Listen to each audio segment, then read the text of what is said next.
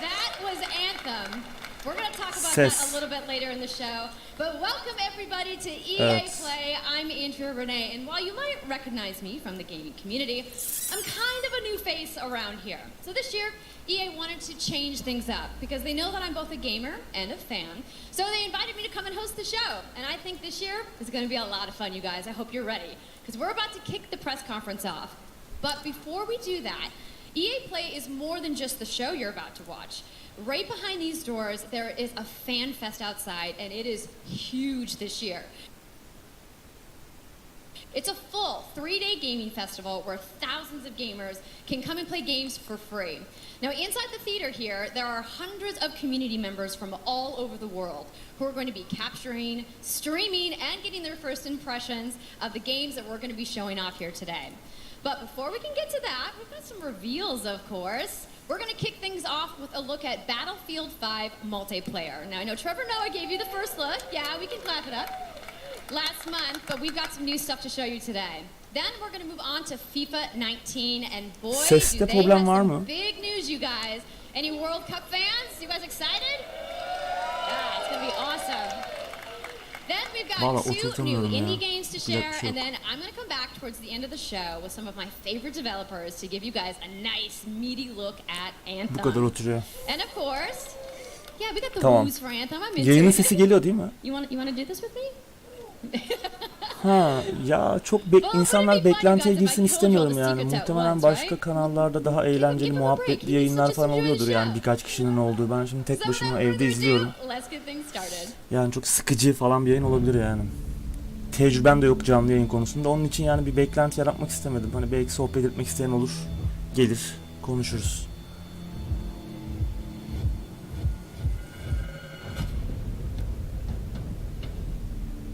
Evet, Battlefield 5. Artık bir şeyler görmemiz gerekiyor sanırım. Değil mi?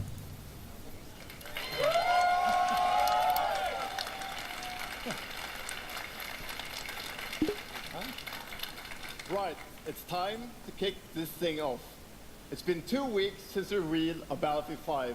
And you know what? It's been exciting. Dice'dan 2 abi çıktı. And so many brilliant remixes of a reveal trailer. But there's also been lots and lots of questions from the community. And we've heard you çok fazla soru olduğundan bahsediyor duyurulduğundan beri ki doğru. Hiçbir şey göstermediler doğru düz. So today we'll show you more gameplay and why this is the deepest and most immersive battlefield yet. It certainly is. You will be able to dive and smash through windows to surprise. Evet bu güzel ve bu yeni movement olayı, yeni hareket mekaniği güzel. Yani sağa sola falan atlama olayları gelecek anladığım kadarıyla. Silahları da yer değiştirebilecekmişiz. Büyük silahları. Ya şu an fena görünmüyor gösterdikleri kısım. Bilmiyorum. And you will now be able to customize your soldiers, your vehicles, and your weapons, not only for the gameplay, but for the looks, as part of our portrayal of the Second World War. And that's just the tip of the iceberg in Battlefield 5. You're going to see a lot more of our new gameplay systems here at EA Play from our community. So, let's talk about our single player in War Stories. Yes, let's do that. So, we want to tell you about those untold stories that got us excited to start with on this game. It's about what you will see is really those moments of human heroism. It is about witnessing the war through the eyes of the men and the women who shaped the world forever. Real and relatable people facing the brutality of war. We started off by an exclusive look at the Nordlys war story over at the Xbox briefing tomorrow. Yarın Microsoft konferansında daha fazla detay verecekler galiba.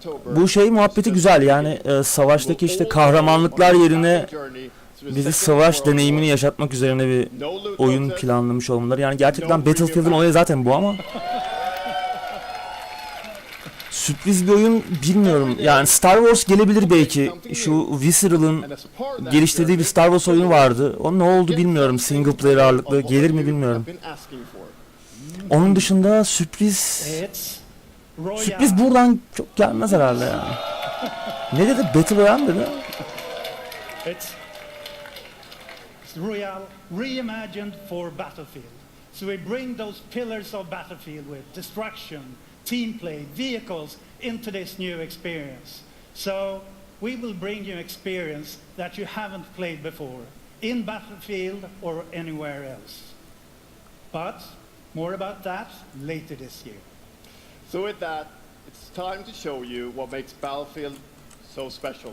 It's the unmatched intensity of our multiplayer sandbox, and this time it's even more epic, fighting across multiple maps and modes. Welcome to your next Battlefield experience, and this is your first look at ground operations. And this time, even featuring music. Bu Ground Operations galiba Battlefield 1'deki Operations modunun daha büyük bir versiyonu galiba. Çok Captain Obvious yorum oldu belki ama isminden anlaşılıyor, ama biraz daha hani o fikri daha da geliştirdiler yanlış anlamadıysam. Daha büyük savaş alanları, daha şey, ya bilmiyorum, ben ilk video çok eleştirilmişti renkleri, renk paleti falan yüzünden, ama ben zannetmiyorum ki oyun böyle rengarenk olsun. Şimdi şu an izlediğimiz video da mesela fena değil. Yani savaşın o gri tonları var işte, gördüğünüz gibi. Battlefield 1'de de mesela çiçek bahçelerinin arasında bölümler vardı. Yani gayet renkli falan. Ya ben renk paletine yapılan yorumları pek anlamamıştım. Yani Battlefield 5 ilk duyurulduğunda. Şu an fena görünmüyor yani açıkçası. Bu geri atlama olayı falan, yani bu yeni hareket mekaniği falan bir dinamizm katacaktır. Oyuna orada olma hissini daha da geliştirecek, perçinleyecek bir şey.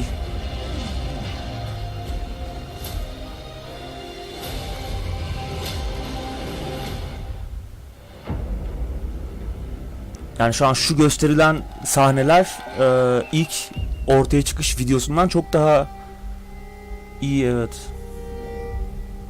Bilmiyorum siz ne düşünüyorsunuz ama.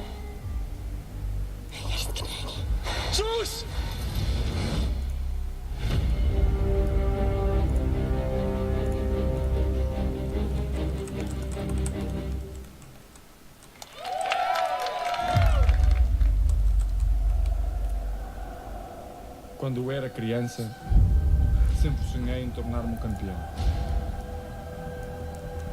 É preciso determinação e vontade de vencer. Ne oluyor ya? FIFA mı geliyor? Nos momentos mais difíceis, tu tens de Ya continuar. FIFA gelecek de bu ne alaka oldu şimdi?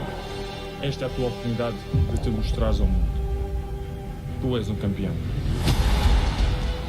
Ve neden Fransızca?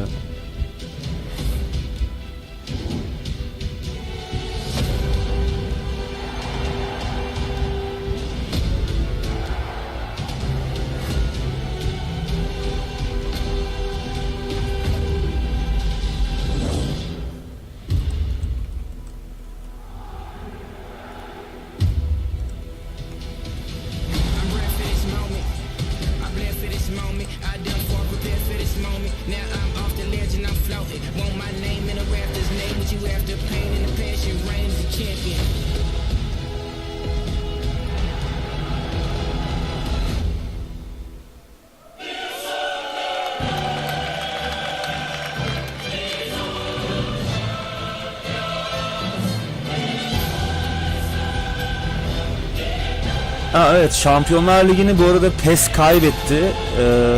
Lisans anlaşmasını iptal ettiler ya da sona erdi, bilmiyorum, yenilenmedi.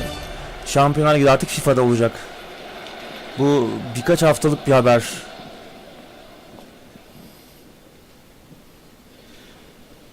Bilmiyorum, evet.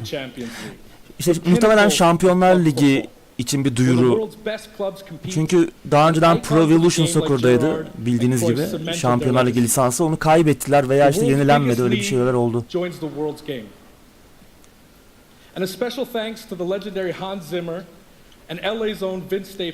Ne oldu, Battlefield 5 bu kadar mıydı yani? Yarın Xbox sunumunda da galiba bir şeyler yapacaklar Microsoft konferansında, ama ben biraz daha bir şey görelim isterdim. The UEFA Champions League is an amazing addition for the game. It's where football's biggest heroes like Ronaldo and Neymar clash every year. And it's the place where champions rise. And you've been asking for this for a long time, and we are thrilled that it's here. And that's why we're bringing the Champions League across the game. There'll be an authentic Champions League tournament mode. Your club will chase this trophy in career mode. Alex Hunter will pursue Champions League glory in your story Alex Hunter da mode, The geri Journey, dönüyor. and Tahmin in etmeniz FIFA zor olmadığı Ultimate gibi o mod Team bayağı with live beğenildi. Ben and authentic oynamadım ama Champions League content. And we'll share more details on that along with all our other Ultimate Team features later this summer. Şampiyonlar Ligi büyük bir kazanç. Yani oyunun her yerini etki As you edecektir know, diye the heart and düşünüyorum. soul of FIFA is gameplay. And this year we're giving you the tools to control the pitch in every moment, from your tactical approach to the match to each technical touch. Ya her sene aynı şeyleri söylüyorlar ama ne kadar oyuna yansıyor onu da bilmiyorum. İşte taktik şeyler gelişecek, hareket sistemleri yenilenecek falan ama ne kadar oyunu değiştiriyor ve iyileştiriyor çok emin değilim. Benim en çok beklediğim konferans valla yani tabii Sony'yi bekliyorum. Bir de Devolver Digital'in ne yapacağını bekliyorum. Onlar geçen sene çok eğlenceli bir video yapmışlardı. E3 ile alakalı oyun endüstrisinde ters giden şeyleri eleştirdikleri falan böyle çok hoş bir videoydu. Tabi evet, Cyberpunk 2077'yi de bekliyorum. Onu hangi konferansta yayınlanır bilmiyorum. Yani Microsoft veya Sony olabilir çünkü genelde o tarz büyük oyunlar belli büyük firmalara yanlama gibi bir duruma gelebiliyorlar işte. Mesela geçen sene Metro Exodus duyurusu Microsoft'un konferansında yayınlanmıştı, yapılmıştı. Cyberpunk'ta öyle bir şey olabilir yani Microsoft veya Sony konferansında falan duyurulabilir yani gösterilebilir. Bekleyeceğiz yani. Çünkü oyunun dağıtımcısı kim bilmiyorum. Belli de değildir muhtemelen.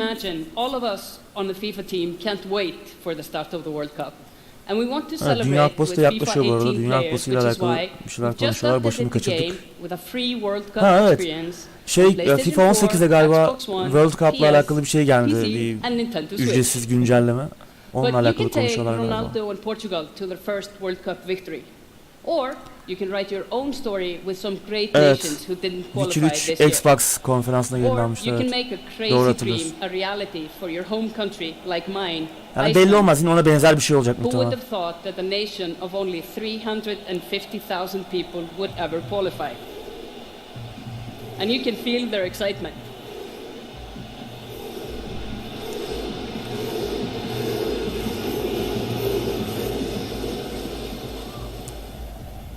Yani Pro Evolution Soccer iyice galiba silinecek artık.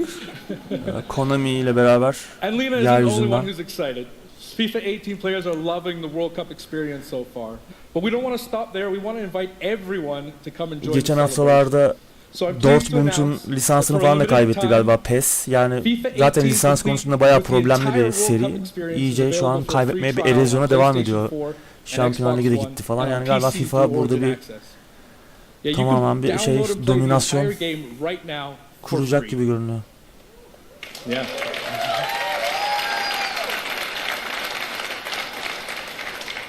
So to kick off the trial, we've got some of the world's biggest creators who are going to be playing live Free trial iyi olmuş. representing their nation. Ben oynamamıştım FIFA 18'i. Biraz oynayabilirim galiba. And this summer will bring so much more for FIFA O fans. tek kişilik Alexander modunun da bir kısmını oynatır herhalde. Centered around the World Cup and will bring you all the details on FIFA 19. But in the meantime, let's all enjoy the World Cup. Thank you and auf Ravistan! Abla Rus'tu galiba.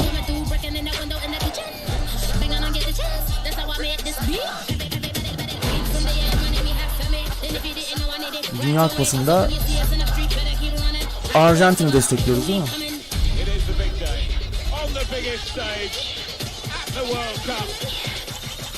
Hep sonu hüsran tabii. Arjantin'in her sene, her kupada. Good morning.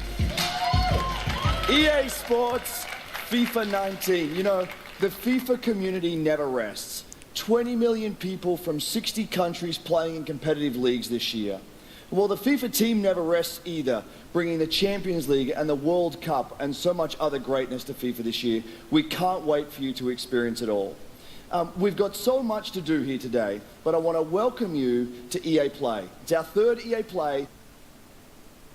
I want to welcome you to EA Play. It's our third EA Play. Bu arada yayının kendisinde bazen bir bazen donuyor yayının kendisi.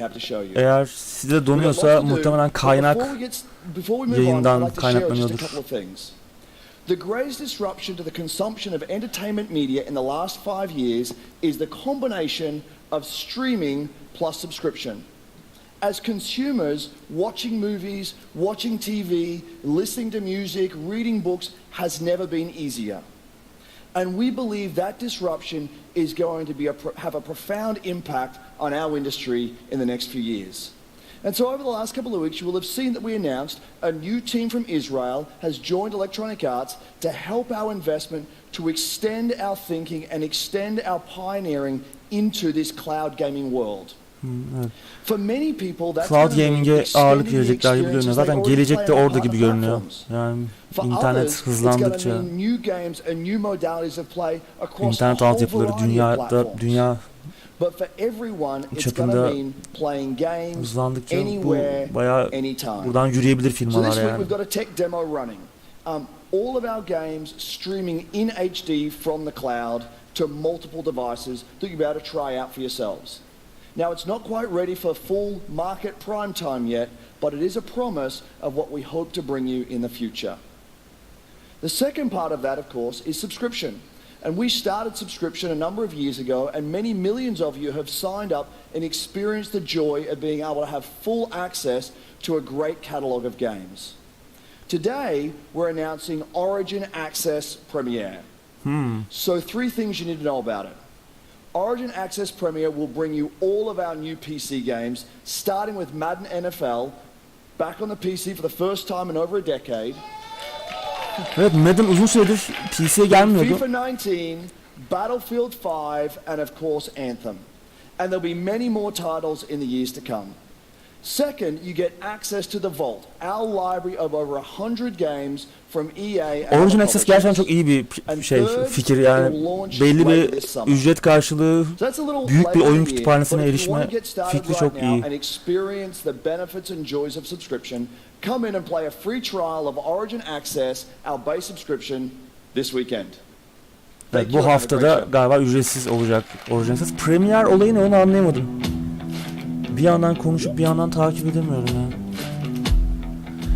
Bir de şu an 100 derece falan oldu. İçerisi niye böyle oldu onu da bilmiyorum.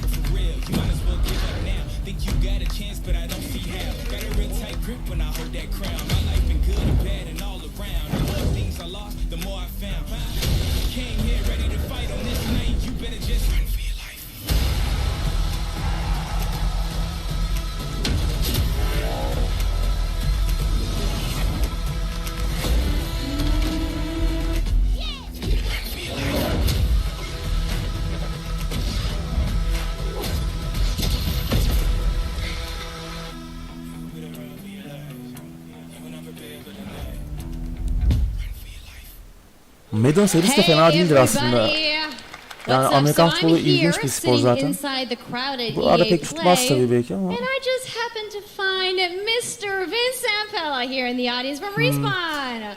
Galiba Respawn'un Vincent Zampella. I love this stuff. I love seeing new games. I mean, someone's super excited about that head on PC, bir zamanlar Call of Duty'nin de yaratıcıları kendileri. You guys may kendileri. have seen that Vince was tweeting yesterday, and there has been a bunch of speculation. So, you want to just get right to it? Sure. I mean, we're not ready to show all of our stuff yet. We're working on a bunch of stuff. It's amazing. The teams are kicking ass. But we wanted to bring a little tidbit. So we've been working with Lucas on getting the name Star Wars oyunu and kind of yapıyorlar the setting anladığımız for what our kadarıyla. Star Wars game is going to be, and we're going to talk about it right now. Respawn bir Star Wars oyunu üzerine çalışıyor. Evet, galiba bu Visceral'ın yaptığı oyun galiba onlara mı geçti? Öyle bir şeyler oldu galiba. Çok yeni bir haber değil galiba. Jedi Fallen Order. Jedi Fallen Order isimli bir oyun duyurdular şu an. Yeah. So it kind of gives you some idea that you'll be playing a Jedi. Jedi So does that mean I get oynayacakmışız. to like hold a Gerçekten çok. lightsaber? Yes. So Vince, you got anything else? Well, it takes place during the dark times. Trying to be a little vague here, but when the Jedis are being hunted, so it's going to be. Jedi'ların avlandığı bir dönemde, bir For all karanlık the, dönemlerde the geçeceğini hardcore söylüyor. nerds out there Yani who want to know like where in the timeline, Order which 66 between mi which acaba? episodes is it? Between 3 and 4. evet. Okay, all right. Between Order 3 and 4, that 66 sounds like a nice dönemi. time. You got it. Üçüncü ve dördüncü film arasında It's not a yani. nice. It's a dark time. It's a dark time. Bad time. Does that mean this could just be all dark and serious? Acaba tamamen single player odaklı bir oyun mu olacak bu? Eski Jedi Outcast'ler gibi bir deneyim mi olacak, yoksa yine sulandıracaklar mı acaba multiplayer'la falan? It will be holiday of next year, 2019, not this year. 2019 Sorry to dash any hopes. sonları. But now that we know, we can set expectations. We're all going to be amped up, and hopefully we'll hear more from you maybe next year. Oh yeah. Well, Vince, it was great to see you. Thanks for stopping by the show today. We do have a little bit more news on Star Wars, so I'm going to toss it over to Dennis. Evet, bir Star Wars oyunu olacağını biliyorduk. Sürpriz olmadı çok ama en azından artık ismi kondu. Ne zaman geçeceği belli. Bakalım. Yani ben Star Wars evrenini seviyorum. Eğer çok sulandırılmış bir oyun olmazsa, Battlefront gibi, ilk Battlefront gibi, ikinci oynamadım. Yani öyle bir şey yapmazlarsa bilmiyorum, bence güzel olabilir. Ben hala bir Republic Commando gibi bir oyun bekliyorum Star Wars'tan, yani böyle tamamen farklı askerlerin hikayesini anlatan güzel bir oyundu yani, güzel bir FPS oyunuydu. Taktik öğeleri olan, taktik FPS öğeleri olan. And add a bunch of new character cosmetics for players to collect instead. So from there, we added a new hunt mode inspired by the original Battlefront games that I loved personally, starting with the Ewoks on Endor. Bu enteresan olabilir bu. Yeni bir mod geliyor Battlefront 2'ye. Thank you. Av It adında, turned out Hunt to be adında. by far the most popular update of the game, and the team loved building Ewok Hunt. So, as you might Ewok know, we're avlayacağız. currently in Evet. our Han Solo season with content from the movie coming next week. It's headlined by Han the Solo new ile planet alakalı bir içerik Kessel, geleceğini a söylüyor. really dangerous place, Yani and it features the return zaten of one of our filmde favorite modes, çıktı extraction. biliyorsunuz. So looking forward a little bit, this summer we will be introducing a new squad system Lando to the falan game, gelecek muhtemelen, which karakter will olarak allow gördük you zaten. to team up much easier and play with your friends. We're also adding a new starfighter mode focused around dogfighting with your hero ships. Güzel. Yeni And bir looking ahead a dogfight, little bit yeni more, bir we will also be delivering uzay a savaşlarına new odaklanan yeni bir şey large-scale geliyor. Daha multiplayer çok dogfight sandbox odaklı. experience focused around capturing dalışı command odaklı. posts and attacking and taking out capital ships. But that's not all. We know that you have been asking for new heroes, villains, and planets from a certain era that features a very iconic Star Wars conflict. So I'm excited to confirm that Battlefront 2 this year will be going deep into the Clone Wars. Evet, Clone Wars dönemine giriyor. Clone Wars'la ilgili birçok içerik gelecek. Ya bu olay iyi. Yani Battlefront 2 en azından bu içerikler parayla gelmeyecek. Eğer oyunu aldıysanız ücretsiz olarak güncelleyecek bütün bu içeriklere sahip olabileceksiniz. Yani EA'in bu community'yi bölmeme, topluluğu bölmeme stratejisi çok başarılı bence. Yani çok geç atılmış bir adım belki ama geç olsun, güç olmasın. Evet. General Grievous geliyor. Jedi Master Obi-Wan Kenobi. Obi-Wan da geliyor. Finally making his debut in Battlefront after all these years. So, but we're not done. That's not it. They will not come alone. Joining them is the Dark Lord and leader of the Separatist Alliance, Count Dooku. Count Dooku. As well as someone to bring balance to the Force, Obi-Wan's unruly Padawan, Anakin Skywalker. Evet, Anakin Skywalker. Enteresan, evet. Bunlar yok muydu zaten? Yokmuş demek ki, Anakin falan yokmuş. Oynamadığım EA için and bilmiyorum DICE Battlefront are 2'yi. Yani committed ilki to biraz hayal Battlefront. kırıklığı yaratmıştı bende. We had a rough start, but I O really yüzden think that this şu game loot box has a dönem, bright future. loot box olayları yüzünden de Thank you uzak very much durdum for ilk playing başta. the game, Oyun da biraz providing us with your feedback, popülaritesini yitirdi talking to sanırım. us. Together, we will make Ama this bu yıl the greatest game bir we atılım can yapabilir possibly build. yeni There will içeriklerle. be no Battlefront without you. So thank you, may the force be with you, and enjoy the rest of E3. Thanks.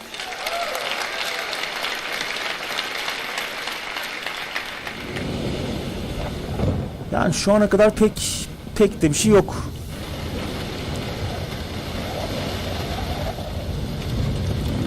İşte evet, ben bunu bekliyordum. Unravel 2.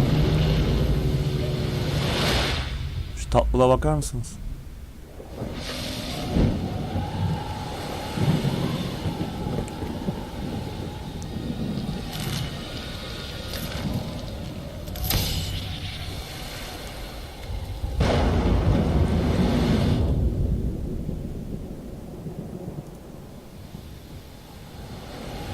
Neydi bu arkadaşın adı?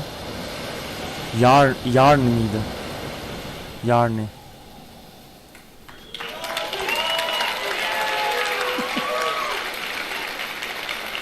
Yarni geri dönüyor. Yani şu ana kadar en güzel şey bu Electronic Arts'ın konferansında. In Unravel, we used yarn to symbolize. İlk oyun çok güzeldi yani tasarım olarak, fikir olarak falan, ama ben biraz platform mekaniklerini yani çok beğenmemiştim. Çok yani yapışkan değildi, fazla kaygandı. Böyle istediğiniz gibi kontrol edemiyordunuz karakteri. Beni biraz o biraz sıkmıştı ama hikayesi falan çok hoştu. You find hope. And you form a new bond. And your spark is rekindled. Evet. And it Bu leads you co-op off olayı on an adventure. konuşuluyordu, co-op olma So ihtimali. to Unravel 2. Evet. Artık iki arkadaş oynayabileceğiz muhtemelen, ya da belki Brothers, A Tale of Two Sons gibi aynı anda iki karakteri de yönetebiliriz duruma göre. Belki tek kişilik de oynanabiliyordur yani. These two souls who refuse to give up and who build something new and beautiful together. And the whole game is inspired by that spirit of optimism and togetherness. Evet. You see, it's all made to be played İyimserlik ve with two birlikte characters. olmak üzerine You can play tematik. it alone, İyimserlik or you pek can benim play it şeyim co-op değildir with a ama friend. But there's always two characters there, sharing one yarn and working together to get through this adventure. İki karakter de aynı ipliği paylaşacaklar. This game Oynayanlar bilir yani o oyunda belli bir noktaya ulaşana kadar bir ipliğe bağlıydınız ve şu an ikisi de aynı ipliğe bağlı ve bu tabi yeni oynanış mekanikleri anlamına geliyor. Yeni challenge'lar, yeni bulmacalar.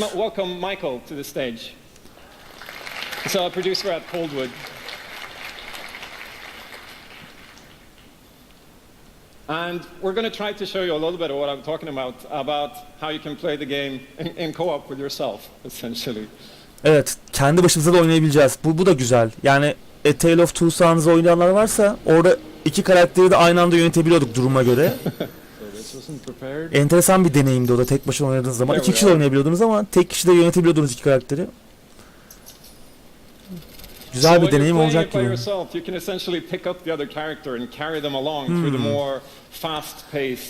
Diğer karakteri de yanımıza taşıyoruz. Biraz daha farklı biraz önce verdiğim örnekten. Yine müthiş görseller gerçekten. Thrill and danger and kind of wow moments, places that were like fun and exciting.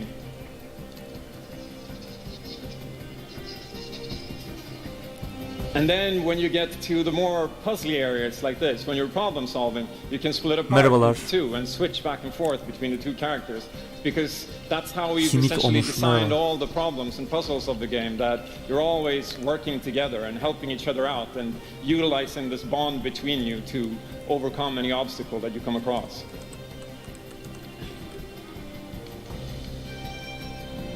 So I guess I'll jump in at this point. Yeah, come join me. So I'm going to be the red one. Okay. You'll be the blue one. I'll be blue. Şu an güzel bir sekans gösteriyorlar gerçekten.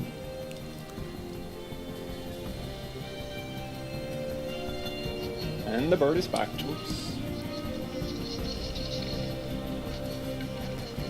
Okay, playing it safely now. Oops. I'll swing. All right. Nice. And I'll catch you. There you go. Güzel yapmışlar ya. Umarım kontrollerdeki ufak problemleri çözmüşlerdir. Çünkü gerçekten çok sinir bozucu, can sıkıcı anlar yaşatabiliyordu. Got it? Yine günün sonunda güzel bir deneyimdi yani ilk oyun. Buster. Oh, sweet, well done.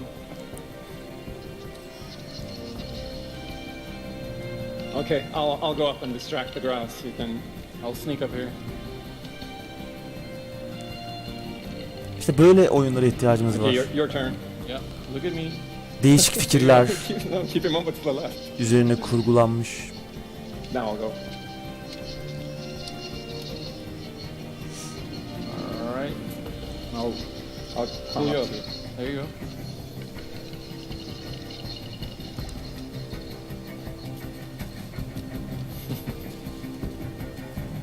Now we can breathe again. Yeah, finally. Or can we? Bir iple bağlı olduğunuz için tabii çok dolaşamıyorsunuz. Çünkü iplik bitiyor bir noktadan sonra. Bir makaraya ulaşmanız gerekiyor. Orada tekrar yeni iplik alıyorsunuz üzerinize. O yüzden hani hareketlerinizi falan biraz planlamanız gerekiyor oyunda çok. Bulmacaları çözerken falan. Güzel mekanikleri var. Çok güzel fikirler. Working on this game has been a completely amazing team effort in so many levels, and everybody has worked so hard. So bu da İsveçli bir firmaydı. Yanlış hatırlamıyorsam. Firmanın adını unuttum ama geliştiricinin adını. Hemen bakayım. Love you. Oralardan ilginç oyunlar çıkıyor. Cold Wood Interactive.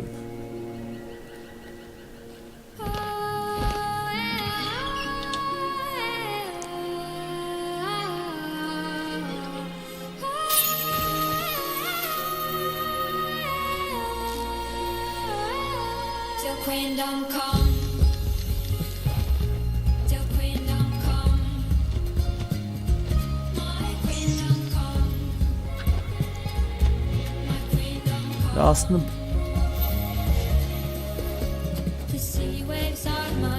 biraz daha belki düşük yapabilirdim yayını. Kalite seçme seçeneği yok değil mi? Hala.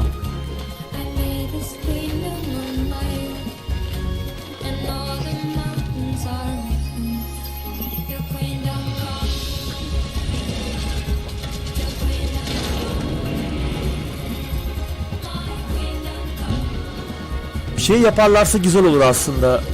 Bu A Way Out'ta yaptıkları gibi yani online co-op olayını yani bir tane alıp arkadaşımızı davet edip oynayabilsek mesela çok güzel olabilir.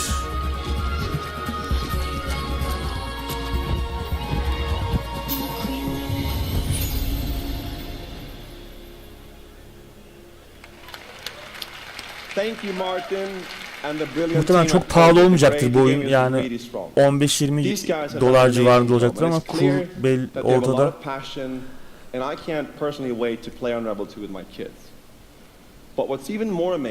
Bannerlord'la alakalı bir şey olmadı şu ana kadar.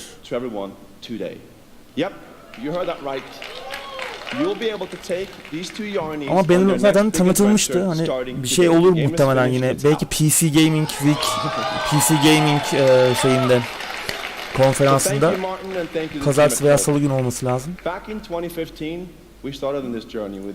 Bannerlord'un ne olduğu belli yani şu an ne zaman çıkacağı zaten belli değil. Muhtemelen yeni bir şeyler görürüz. It's been our way of helping these creators bring their unique games to the world and to tell their stories. And last year, if you remember, Joseph Fares was up here on stage representing his team at Hazelight and The Way Out. And I think we all kind of remember that. And you might even remember him from the Game Awards as well. I think I did. Arkadaşın Game Awards'da yaptığı konuşma çok güzeldi. İzlemeyenler varsa bulabilirler. We saw over 2 million players in the first 2 weeks. And A Way Out is such a huge success that Joseph and his team are expanding and moving into a new studio. So stories like this drive our industry, and it's why we will continue to work with independent developers to help them realize their dreams. Which leads us to our next EA Originals title, from a little game studio in Berlin called Joe My Games. When I met this team and I saw the game, I was instantly drawn Originals how personal this story was. programının yeni It's oyunu. one that Yani carries a very powerful and important message. nasıl bir şey çıkacak And bakalım. it's unlike anything we have ever done. So please welcome Connie Gepper to the Daha önce stage. yaptığımız Joe bir My şeye Games to tell benzemiyordu you more dedi. about Sea of Solitude. Sea of Solitude.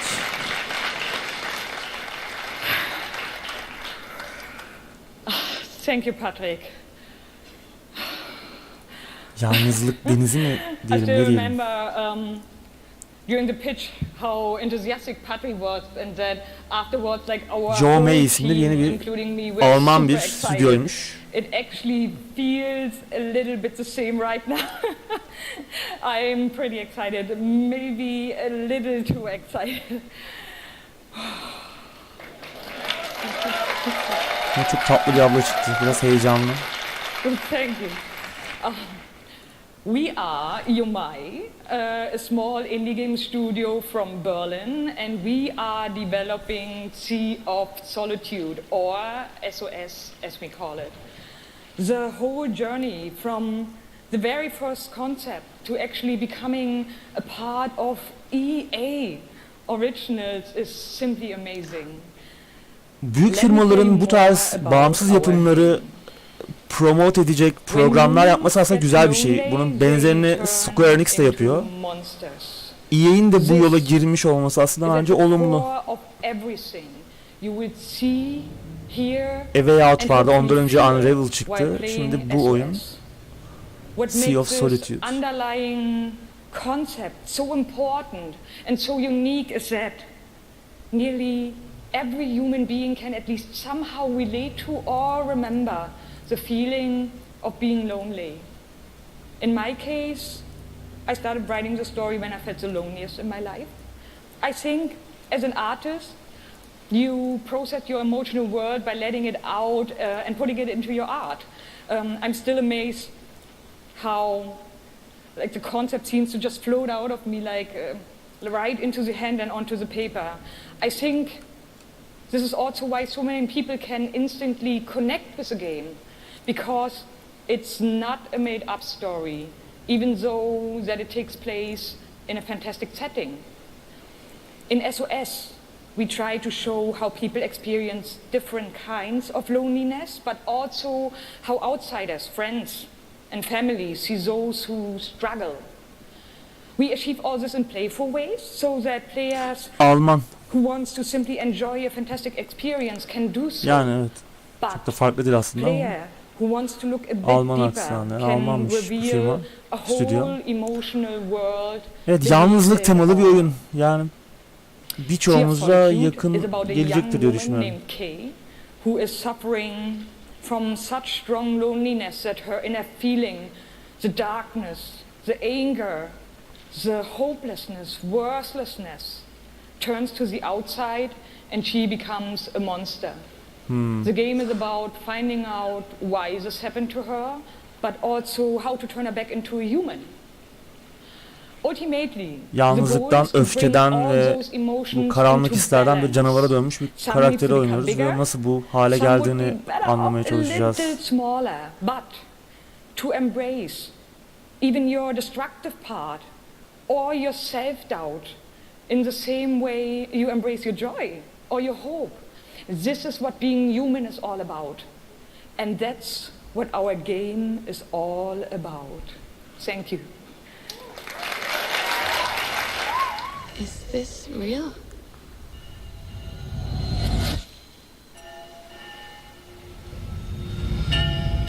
This world that I live in is empty and cold.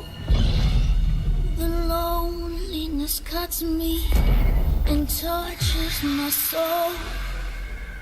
I'm no child of destiny and no fortune's son. I've just chased you so long now, I'm too weak to run. A new day is here, but nothing just knew. Ne olduğunu anlamaya çalışıyorum ama Alone in my room. muhtemelen bir adventure oyunu olacak gibi duruyor. Görseller falan oldukça güzel. 2019'un başlarında gelecek. Muhtemelen hep kendimizden parça bulabileceğimiz bir oyun, yani yalnızlık çok insanların çok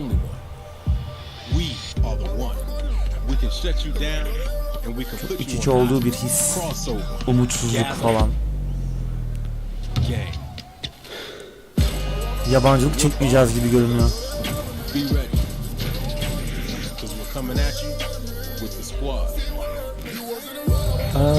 Bilmiyorum.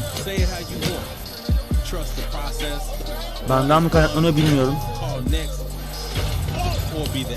Yani şu an aslında kendim de arkada şu an yayın açık. Ama donuyor mu takip etmiyorum şu an. Yani donduğunu görmedim. Bazen ana yayın donuyor. Kaynak yayın donuyor. Twitch'in kendi kaynak yayınından alıyorum yayını. Bazen onun donduğu oluyor. O da yayına yansıyor haliyle ama.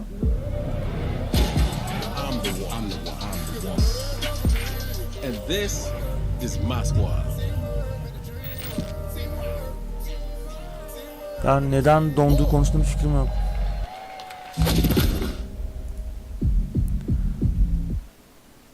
My name's Shay Kivlin, aka Young Kiv. I'm from Seattle, Washington. The only goal of mine is really to win the Mountain Belt.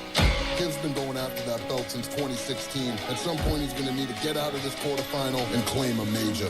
NBA Live hala var demek ki NBA Live. Yani son şeyini bilmiyorum rekabet 2K'in oyunuyla ama en son 2K alıp yürümüştü diye biliyorum. Evet, biraz garip bir geçiş oldu gerçekten.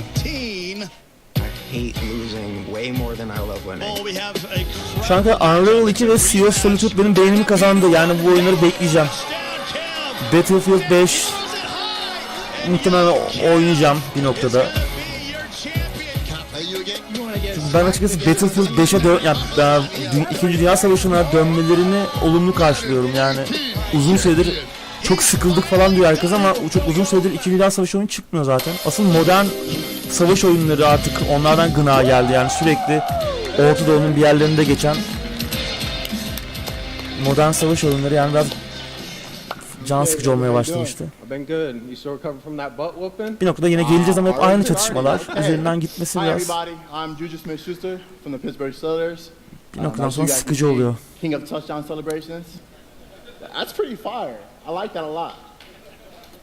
Evet, bizim hiç anlamadığımız konular şu an. Madden falan. Madden champion. Like, give it up for Young Kiv, y'all. Give it up. Madden daha önce de söyledikleri gibi uzun süredir PC'ye falan da gelmiyor zaten. Yani oyuncu kitlesi de biraz kısıtlı. Gerçi çok muhtemelen Amerika'da müthiş satıyordur ama. So then I picked up Madden, and at first I was really bad. I was getting blown out online, but I kept at it. I put more and more time into it. Eventually I made my first tournament, but I had a big decision. It was the same time as my graduation. Wow. Onunla ilgili so the key to be bir şeyler gösterilir herhalde. Player in Madden is to hurt your arm in baseball. That's number one. Number two, you said you had the decision to go to your graduation or go to the tournament. So like, what did you do? I chased that money. I still got my diploma, but I chased that money. There you go. We're out here chasing money. That's awesome. Okay, now the past few years, how has it been for you? I know you had some ups and downs. It's been tough. I've had a lot of devastating losses. I've been so close so many times. I made the final on TV and got blown out by all those losses. It made me gain a lot of mental toughness, and that's why I got this belt. That's awesome. That belt is so amazing. There's a lot of, bling on that belt for you. Bu arkadaşlar kim bilmiyorum bu arada. Yazdıysa kaçırmış olabilirim. First look at the Madden 19 trailer. Super excited. It's going to be so fun. It's lit. I honestly wish I can stay right here and talk to you guys forever, but I'm not going to board you guys. We're going to go out. Tight galiba. Güzelmiş ama falan şey. So, we're out. Have a good day.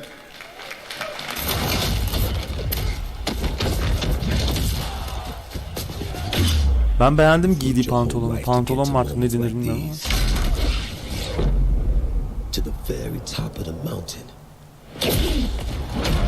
You battle through the pain. and failure. All just to get to this place where you've been told legends are born. Yine Frostbite motoru. Daha önce geçmişler miydi bilmiyorum ama Dyson motorunu kullanacak. Yani karakter animasyonları, karakter modellemeleri falan bayağı iyi olacaktır.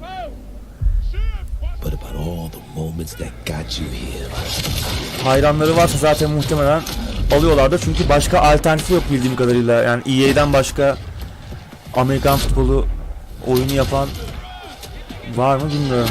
Bildiğim kadarıyla yok. Yani en azından AAA anlamında. Would you let the moment define you? Or will you define the moment?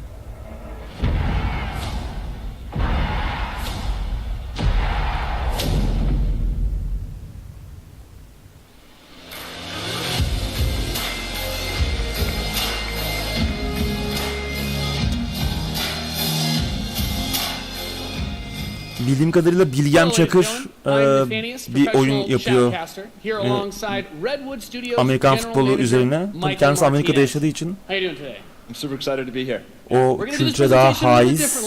Onu da bekliyoruz bakalım. Bayağı AAA kalitesinde olacak mı? Nasıl bir şey olacak? Bağımsız bir oyun olarak. Yani rakibi Madden olacak. Unit control, super simple. Just tap the destination, unit automatically moves there. Battlefield'ı Frostbite'le yapıyorlar, NFL'i yapıyorlar. Need for Speed'i de Frostbite'le artık her şeyde kullanıyorlar yani. A bar fills up while the missile is possessed. Whoever controls the missile when the bar fills up will fire the missile. Takes 2 missiles to destroy the enemy's base and win. That's it. Sounds great, Michael. Well, enough talking about it. Let's get to this match. Absolutely. All right, ladies and gentlemen, we have an awesome matchup lined up for you here today. Fighting for the blue side of the room. If you could please give a cheer for one of the most formidable RTS players there is. Make some noise for In Control. Yes.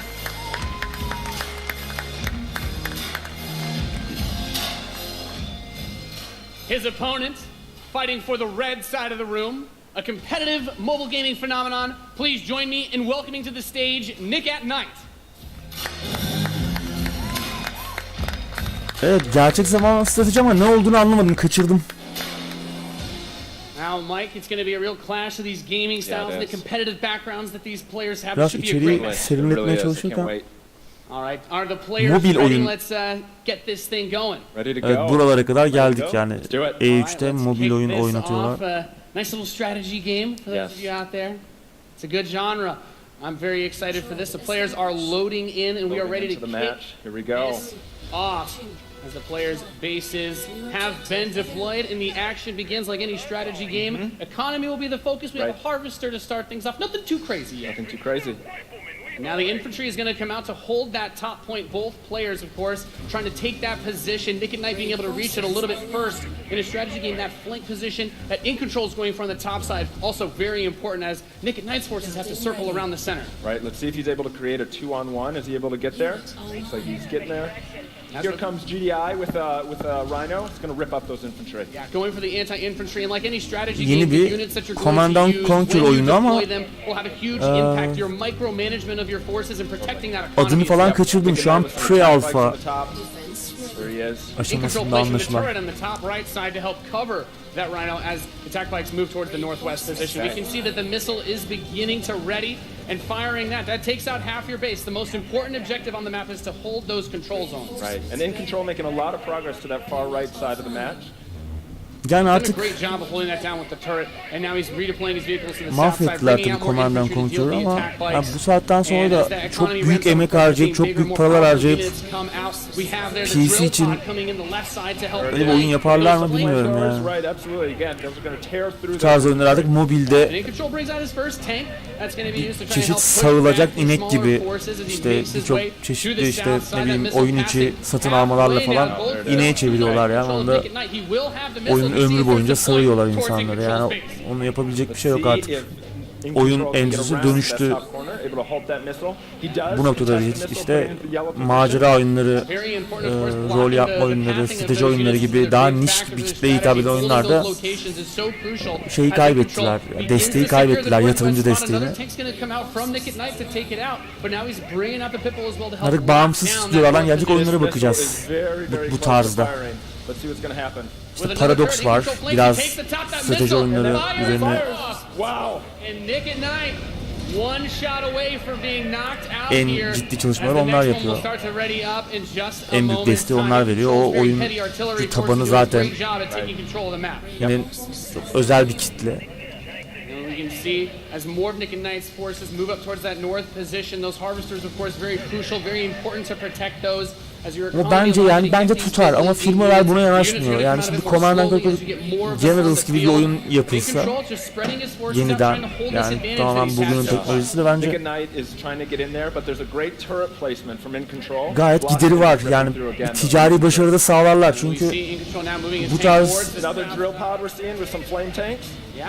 artık bugün yapılmayan tarzda oyunlar eskiye dönüş olduğu zaman aslında tutmuyor değil.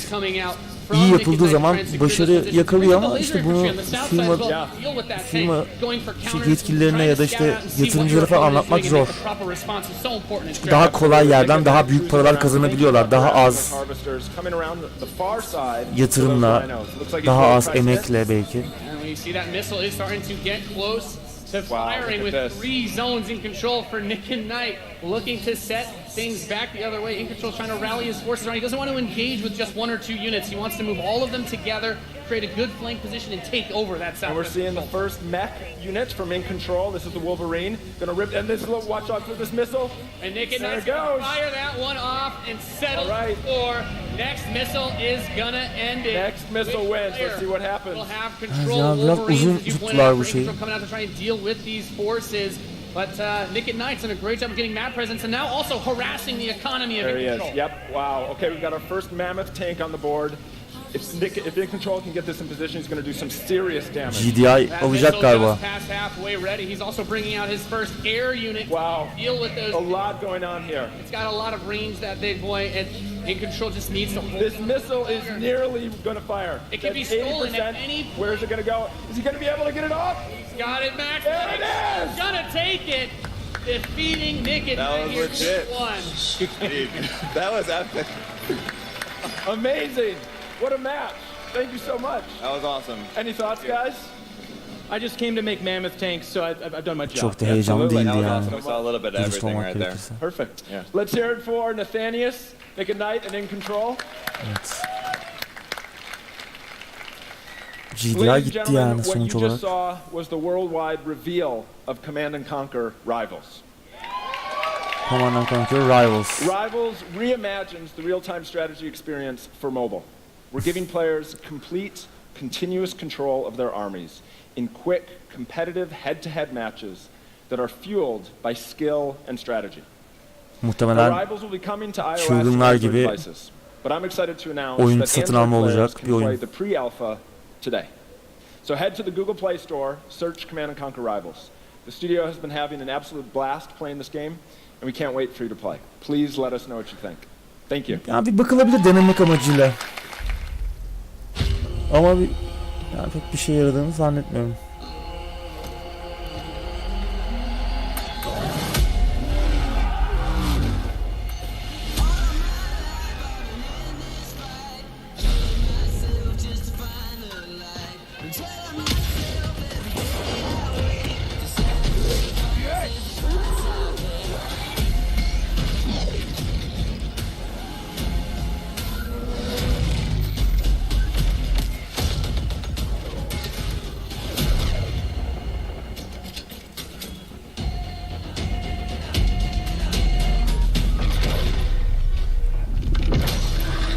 Şu an ön kayıt yapabiliyorsunuz Command & Conquer Rivals'a. İlginizi çektiyse hiç pek zannetmiyorum.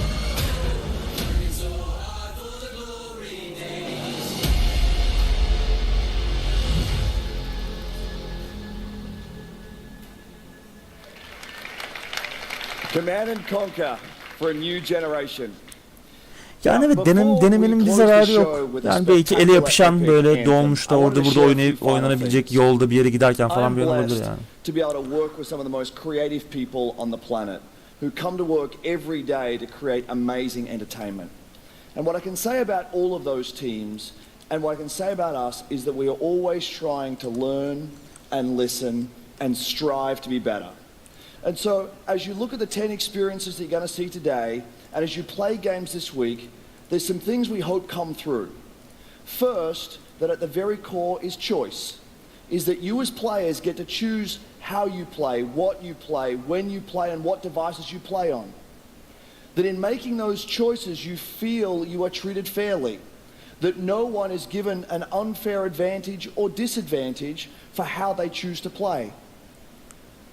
That for every moment that you invest, we know that you put so much of your life into the games we make, and that for every moment that you invest, you feel like you are rewarded and you are given value for that investment.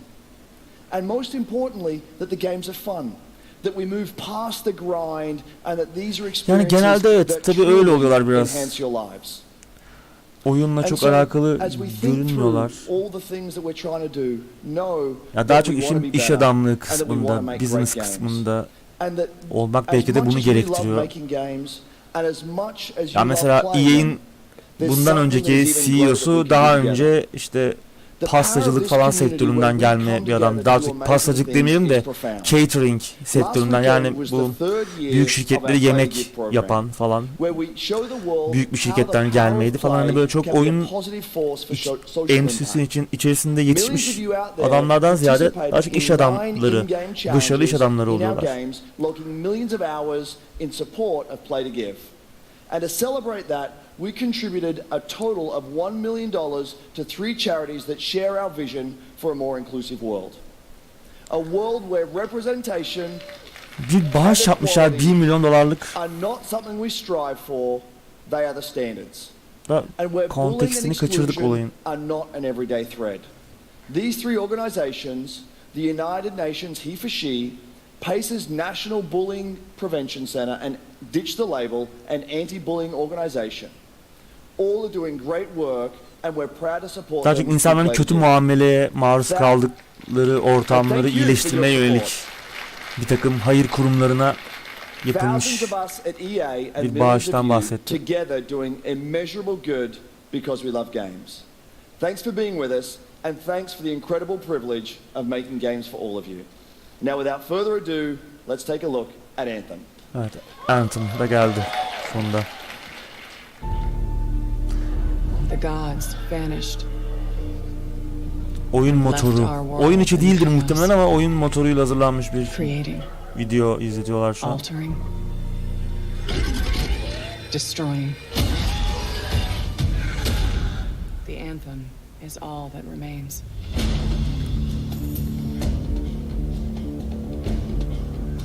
EA'in Destiny'si mi olacak? Yoksa daha mı fazlası var aslında burada? Bunu merak ediyorum açıkçası.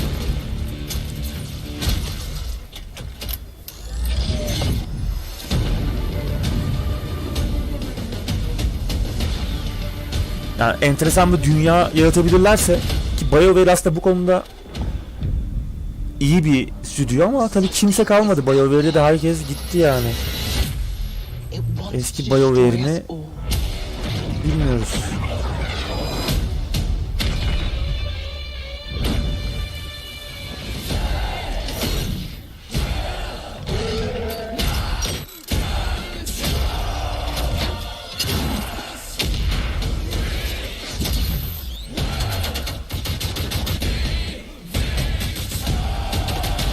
Fena görünmüyor ama keşke oynanış görebilsek. Yani geçen sene de böyle bir video, yani biraz oyun içinden bir şey görebilsek, cutscene yerine daha iyi olacaktı. Yani beni açıkçası hala ikna edemediler.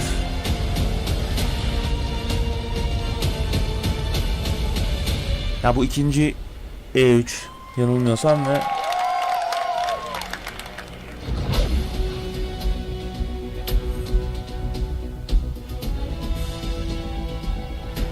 oyun dünyasının neye benzediğini gösterecek bir şeyler ya da işte bir iki kişi yan yana gelip bir küçük bir bölümü oynasalar falan daha iyi olur. Belki olur, gerçi bitmemiştir.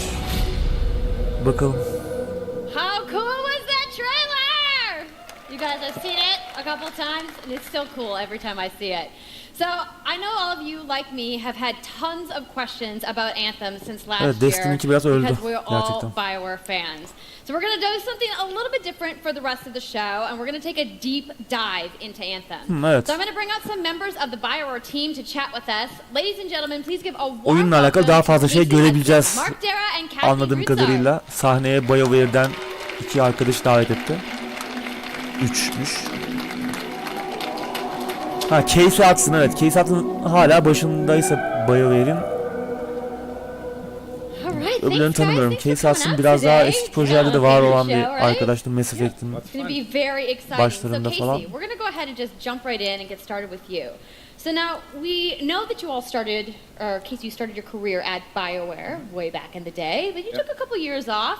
But Ya oyun içi görüntü dediğim hani gerçekten oyun içi. Yani Yeah, gameplay that's right. çıkacak, iki kişi oynayacak. Öyle bir şey yoktu first of geçen all, sene. Benim amazing hatırladığım to be kadarıyla back. var mıydı? It's awesome to be making games for BioWare fans. Yani You know, oyunun we have özelliklerini fans, gerçek zaman olarak so it's gösterirlerse super satisfying daha iyi olur. to Mesela aynı şey come back to it Division'da and, you know, I oldu. just wanna be Yani able to Division'ı continue the gösterdiler, legacy of the oynuyoruz studio. diye, That's kind sonra of where it bambaşka bir şey, started with Anthem, is daha just farklı bir thinking şey about, çıktı falan. You know, what is the Hani evolution of a BioWare ben game?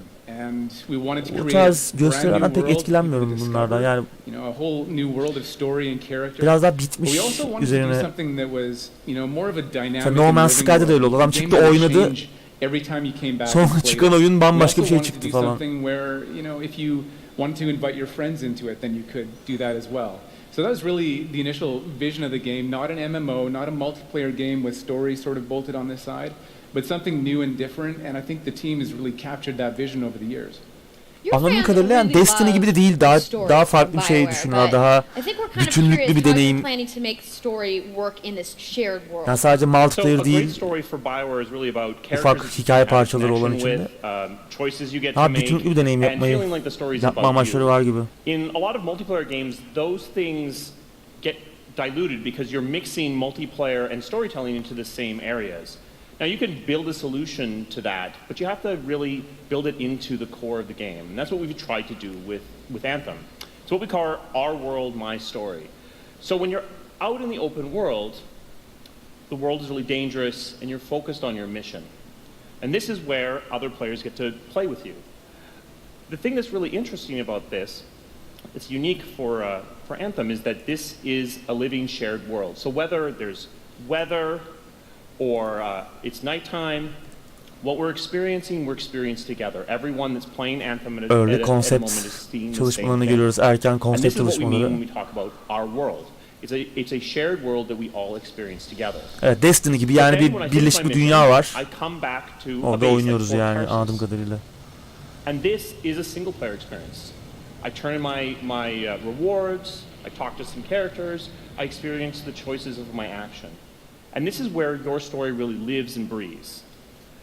And by doing it this way, we're able böyle to bir şeyler combine vardı, evet. that Ama impact bu yani and agency of a single player planlanabilir story bu tarz with the fun görüntüler. of teaming up with Yani friends bunu hani to play co-op in combat. script edebilirsiniz. Ben daha gerçek bir şey istiyorum. Yani çıkıp hakikaten oynasınlar istiyorum. So one of the first things that we hear when from our community is they want to continue to play in our worlds. When they've finished Mass Effect or Dragon Age, players want more story. And so we've designed Anthem in a way that we can actually add more story for years to come. And it could be anything. A new moment with a character that you've grown to love, or an event in the world that deepens the lore, or an entirely new karakter etkileşimlerinden ve hani dünyadan bahsediyor oyun dünyasından. Tabii BioWare bu konuda Bungie'den daha sağlam işler yapmış bir firma geçmişinde. Yani özellikle karakter etkileşimleri, dünya yaratımı konusunda falan daha iyi olabilir. Yani bir Andromeda faciasına dönüşmezse. Ki Andromeda da aslında o kadar berbat bir oyun değildi ama. We're creating something new and mysterious for players to discover. So at the heart of the premise of Anthem is a world left unfinished by the gods. But the gods left behind their massive tools, and those tools are in constant conflict with this unknowable force called the anthem of creation. And the chaos of those things pushing against each other means that the world is constantly being reshaped in new and unpredictable ways. Yeah, violent storms, mutated creatures, gigantic Evet, bu arada monsters. It's a dangerous environment that you need to wear a suit-powered armor, a javelin, to be safe in.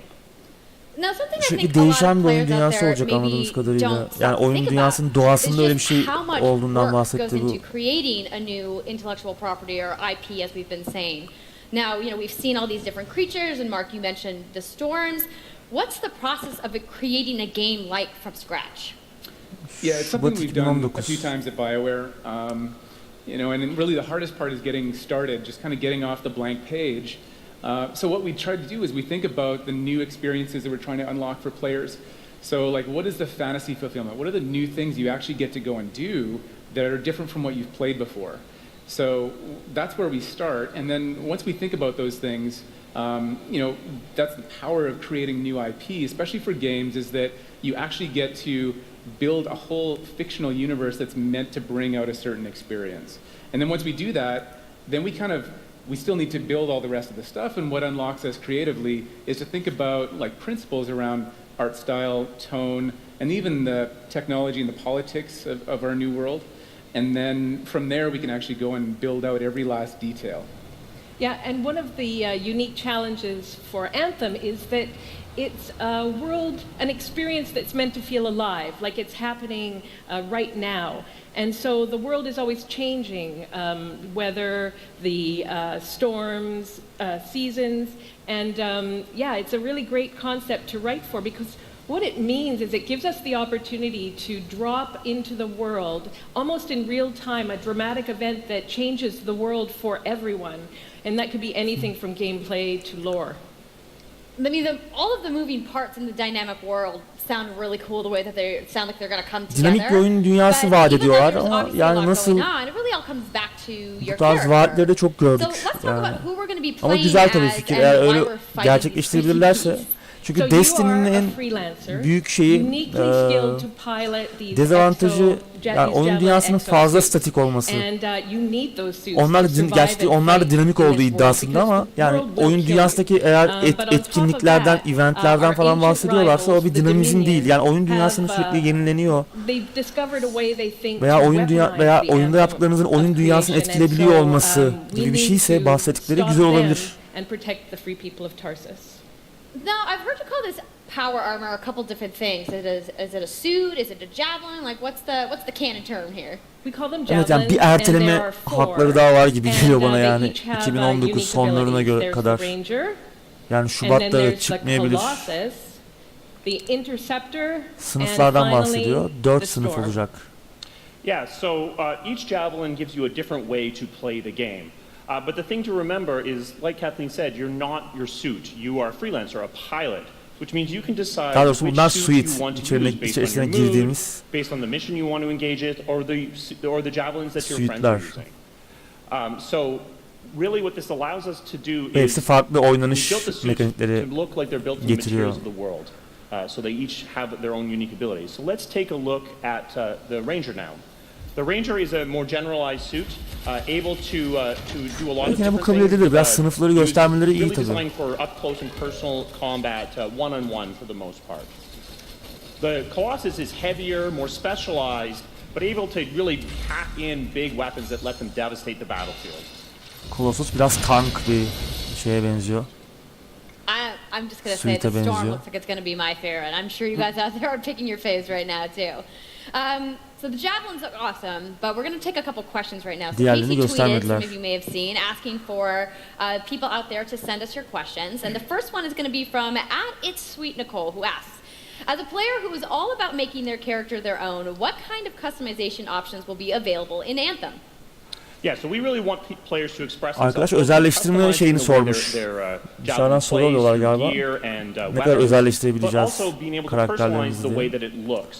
both through paint Ya jobs oyunun as zaten well as en changing büyük the actual geometry of the suit oynatma itself. We want şeyi bu teams to be able olacak to do yani this yeniden as well. oynanabilirlik katan And because you're etken. going to be Yani using a karakterinizi javelin for a long geliştirebilmeniz, period of time, we zırhı really falan. want you to be able to make it your own. Özelleştirme önemli bu tarz I'm glad you oyunlarda. brought that up because actually, Jay Legato has a question connected to customization. Monetization. How, Evet. when, loot box, cosmetics.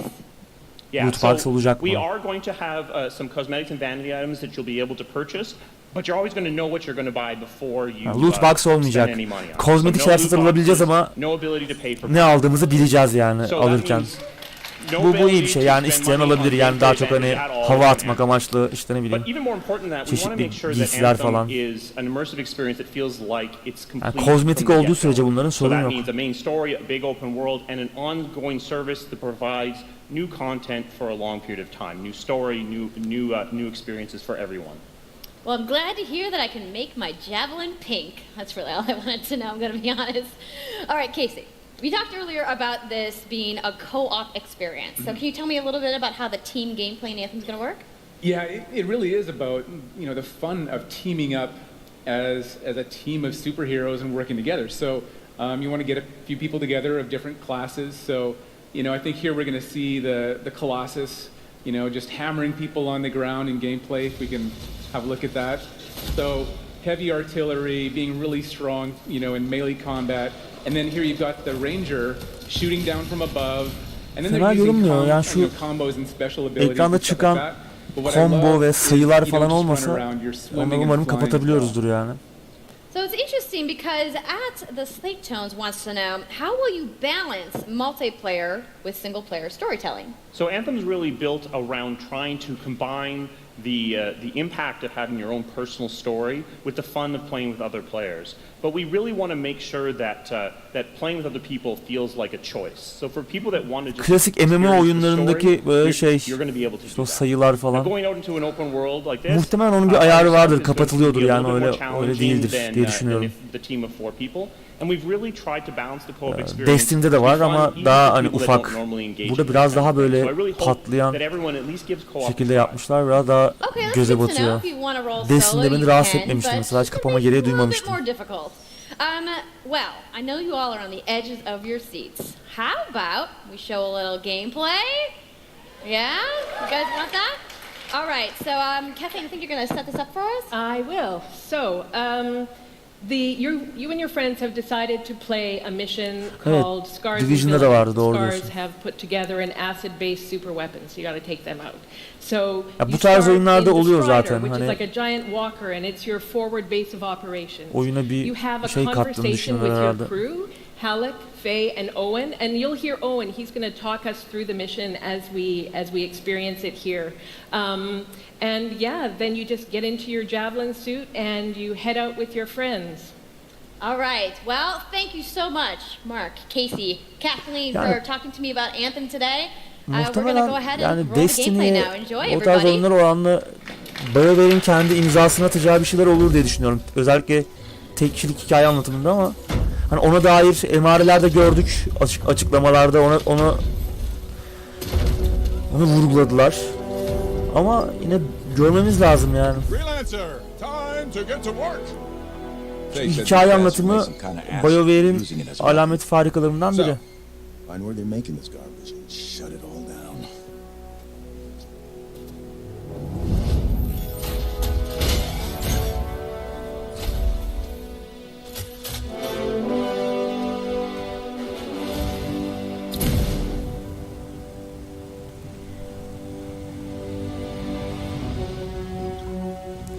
Fena görünmüyor oyun. Görseller tabi. Downgrade yer mi? Olabilir, evet. Microsoft konferansında şey gösterebilirler.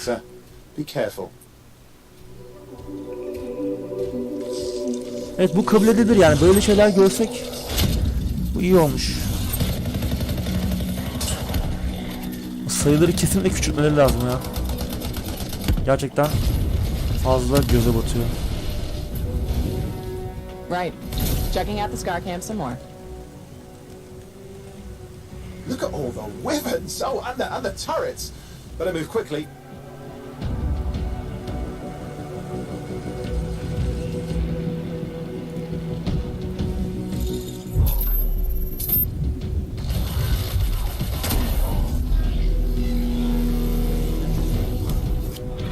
Aslında ölçek olarak falan düşmanlar fena değil. Şimdi yani Destiny'de böyle bir ölçek yok pek. Hani Destiny'le kıyaslayacaksak eğer. Bu suite'le gezme olayı falan da fena fikir değil. Yani aslında Destiny klonu değil gibi görünüyor şu an oynanıştan. Ki zaten third person. There's a shaker relic. Wait, something's odd. Get a closer look, would you? See those radiant pieces of energy? They're echoes from the Anthem of Creation. Loads of scars nearby. Be careful.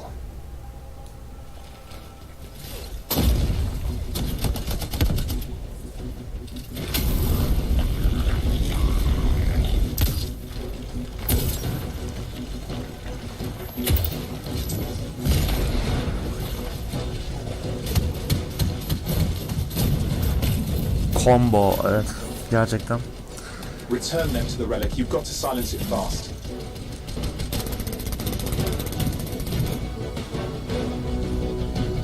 Fena değil ya aslında, yani düşününce bir grup arkadaşla oynanabilecek bir oyun ama işte ne kadar destek verecekler yani. Şimdi mesela Bungie'nin Destiny 2 konusunda çok parlak işler yapmadığı ortada. Sürekli bir şeyler çıkartıyorlar ama bir türlü toplayamıyorlar oyuncu kitlesini bir araya tekrar.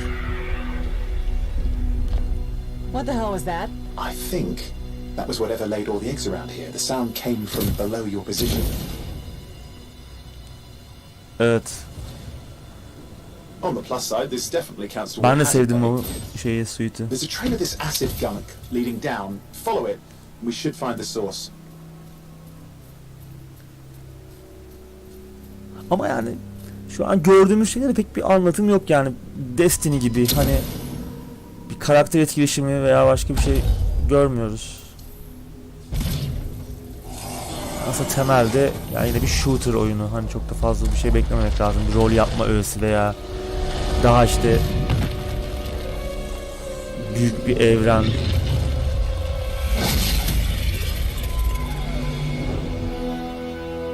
Fena değil tabii. Bu da kurgulanmış yani sonuç olarak orada canlı oynamadılar.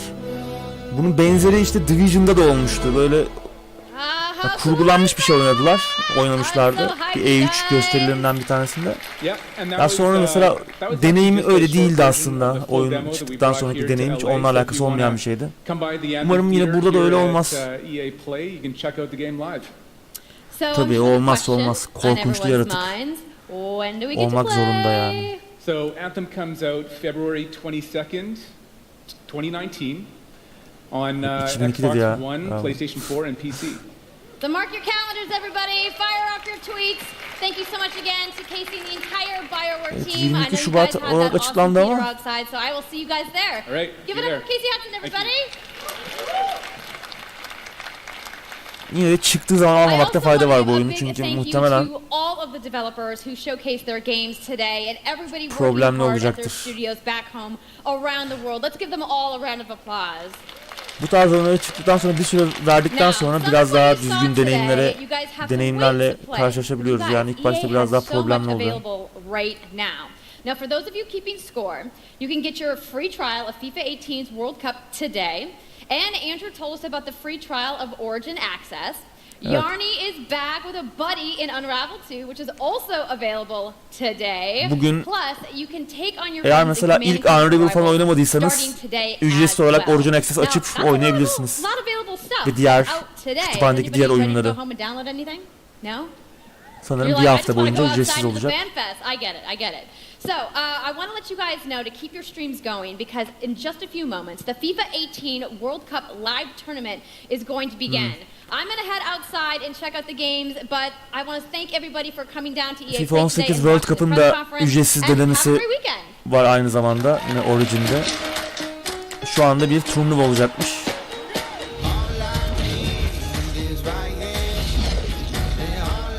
Yani bilmiyorum çok heyecanlı değildi. Battlefield 5'ten yine pek bir şey göremedik. Belki yarın bir şeyler gösterirler Microsoft'un konferansında veya Sony konferansında bilmiyorum. Biraz daha canlı bir şeyler istiyordum ben açıkçası Battlefield konusunda. Hala ikna olmuş değilim ama yine de umutluyum. Yani genel kanının aksine ben oyunun aslında güzel olabileceğini düşünüyorum. Özellikle mesela şey falan getirmişler. Eğer yaralandığınız zaman hani direkt medik'e gidip sağlık paketi almanız gerekecek veya işte merminiz bittiği zaman support'u bulup direkt gidip ondan mermi almanız gerekecek. Hani böyle ortaya bir sandık attım, etrafındaki herkes orada durunca iyileşebiliyor gibi bir şey olmayacak artık. Hani biraz daha savaş alanında olduğumuzu hissettirmeye yönelik yenilikler var. O yüzden beni çekiyor Battlefield 5 ama yine de hala bir şey göremedik. Yani şöyle bir Battlefield 1'deki gibi bir gösteri yapsalardı böyle herkesin oynadığı falan. Tabii daha çıkmasına da çok var yani onunla da alakalı olabilir. Ama bir şey hazırlanabilirdi yani yine de. Daha fazla şey gösterebilirlerdi. Yani bundan sonra daha hızlanacak gibi duruyor. Yarın Microsoft var, ondan sonra Bethesda var. Yani Bethesda da muhtemelen çok sönük geçer, yani çok fazla şey duyurulmayacak çünkü muhtemelen. Fallout'tan bekmişler, Fallout'tan kesin bir şeyler göreceğiz. Belki Elder Scrolls olabilir mi onun yanında. Rage 2 falan var Bethesda'da göreceğimiz. Başka bir şey var mı şu an aklıma gelmiyor. Ubisoft hareketli olacaktır.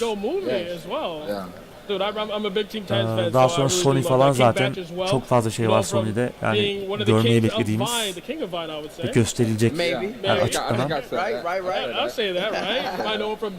Buradan sonra hızlanacaktır diye düşünüyorum. Bu biraz şey. Her sene böyle oluyor. Geçen sene de yine EA ile başlamıştı. Yanlış hatırlamıyorsam yine çok sönüktü. Ama ben şeyi beğendim. Unravel 2 ve Sea of Solitude benim beklediğim oyunlar arasına girdi. En azından bugünün iki kazancı diyebilirim onun için.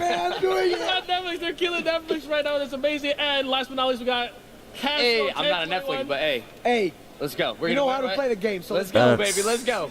EA Access. Evet, onu beklemekten birçok oyun için iyi oluyor. Ben mesela Unravel'ı öyle oynamıştım. EA Access'e geldiğinde oynamıştım. I've never rated another man mustache. I don't think we want to do that. All right, good. That's not a good mustache. That is not good. Come on, Myler. We're gonna go straight into the game. Let's kick things off. USA versus Mexico. All right. Hit it. Predictions. Who's gonna win? Mexico's gonna win. Put that in the game. A little bit of bling bling. I think. Amerika Meksika maçı yapıyorlar. Biz de yayını burada kapatalım. Çünkü çok sıcak oldu. Oradan 800 dereceyi falan buldu sanırım. Erimek üzereyim. Galiba maçta yenen duvarın parasını mı karşılayacak?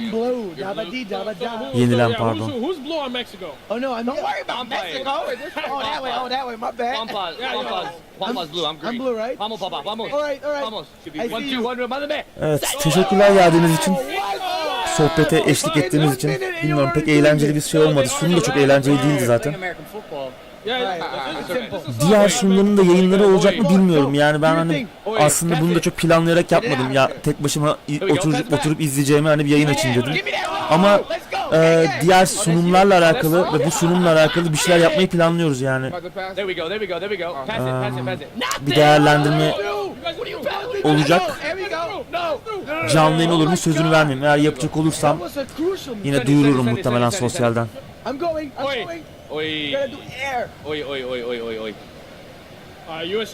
Bilmiyorum, çözümün seçeneğini bilmiyorum. Yani partner olmakla falan da alakalı olabilir. Şimdi ben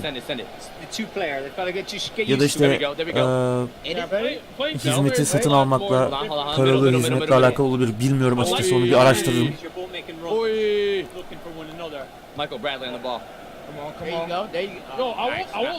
Yani sayıyla da alakalı olabilir. Ve partner olmak lazım değil mi?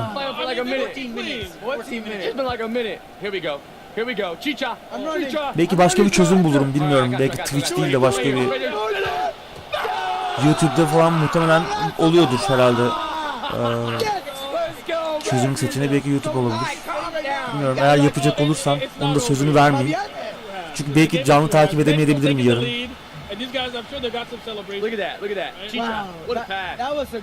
Ha, ederim muhtemelen ama yani yayın yapabilir miyim şu an bilmiyorum. Eğer burada olursam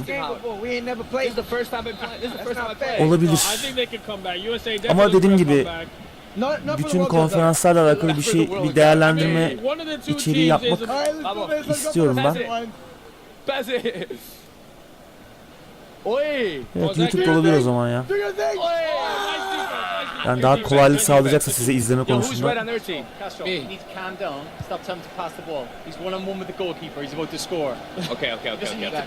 Oh my God. Keep going. Yes. I'm going. Go, go, go, go, go, go. Oh. Oi. Yeah. Come on. Oh, here we go. Here we go. Chicha. Chicha. Yeah, they killing us. Oi. Y'all know all these tricks. That's not fair. That was I'm sorry. I'm sorry. Huh? I'm sorry. I did everything except conquering. Except finish? Here we go. There you go. That's I'm sorry. It can't be. No. Look, break his ankle. There we go. All right. There we go. Not square. Yeah. Square you like. All right, let's go. Cross it. And then boom. Yani müsait olursam yapabilirim, evet. Yapmak istiyorum. Teşekkürler.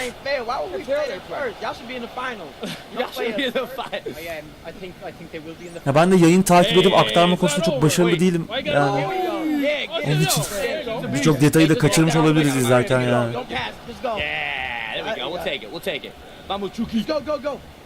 All right, here we go. Myler, yeet. How would you rate the play going? There we go. No. There you go. Foul. No, ref. No foul. Adamlar çok gürültü yaptılar yalnız ya. Niye böyle oynuyorlar ki? Bu yani E3'ün de sahte heyecan şeyine bitiyorum yani. Böyle herkes bir heyecanlı ama herkes rol yapıyor aslında yani. Özellikle seyirciler falan. Bakalım. Evet, iyi geceler, teşekkürler tekrar geldiğiniz için. Yakın zamanda görüşürüz, umuyorum. Teşekkürler.